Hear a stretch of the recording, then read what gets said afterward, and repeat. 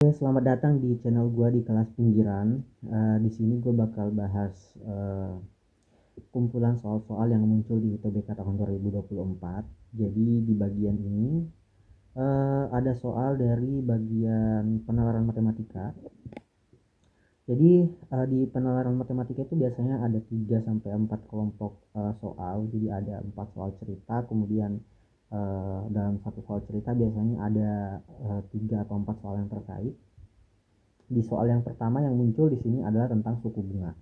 Jadi suku bunga itu kan ada dua ya, suku bunga tunggal dan suku bunga majemuk. Di soal yang ini itu yang muncul adalah soal suku bunga tunggal, tapi dengan beberapa modifikasi yang agak bervariasi ya. Jadi di sini ada sebuah ponsel yang dijual dengan harga resmi 10 juta. Kemudian toko itu memberikan diskon 20%. Ponsel ini dapat dibeli dengan diangsur setiap bulan.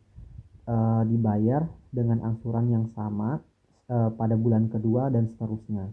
Dikenakan bunga tunggal 6% per tahun, uang mukanya minimal 10% dari harga resmi. Kemudian toko juga menjual anti gores dengan harga 150.000 dan casing ponsel dengan harga 90.000. Kemudian ada Pak Budi. Dia ingin membeli ponsel X dengan mengangsur. Ia juga ingin membeli anti gores, casing, dan nomor perdana beserta pulsanya.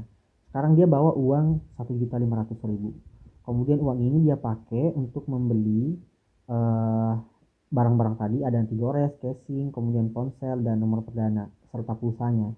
Jadi pertanyaannya adalah berapa sisa uang maksimal yang bisa dia gunakan untuk membeli nomor perdana beserta pulsanya. Berarti kita harusnya nyari tahu dulu ya. Jadi 1.500.000 ini otomatis kita kurangin ya. Jadi uang yang dibawa itu adalah 1.500.000 ya. Kemudian yang mau dibeli itu ada ponsel. Dalam hal ini adalah uang muka ya, karena kita hitungnya yang di awal. Uang muka, kemudian anti gores,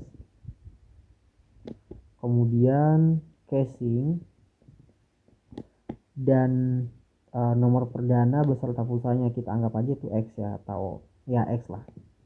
X dalam kurung nomor perdana dan pulsa ya.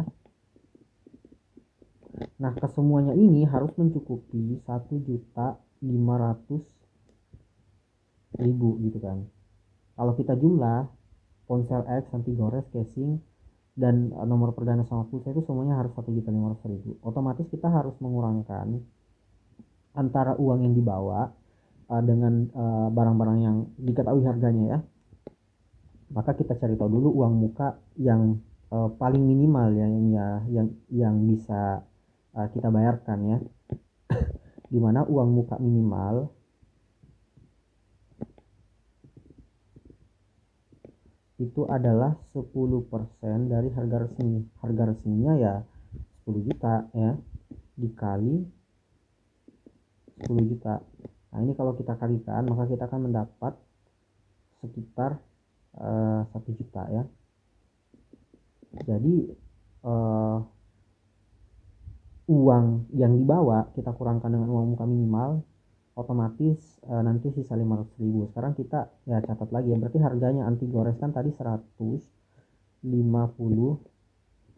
sedangkan casing itu 90.000. Berarti sisa uangnya yang ada di tangan tuh sekarang adalah 1.500.000 dikurang uang mukanya itu 1 juta, dikurang anti goresnya,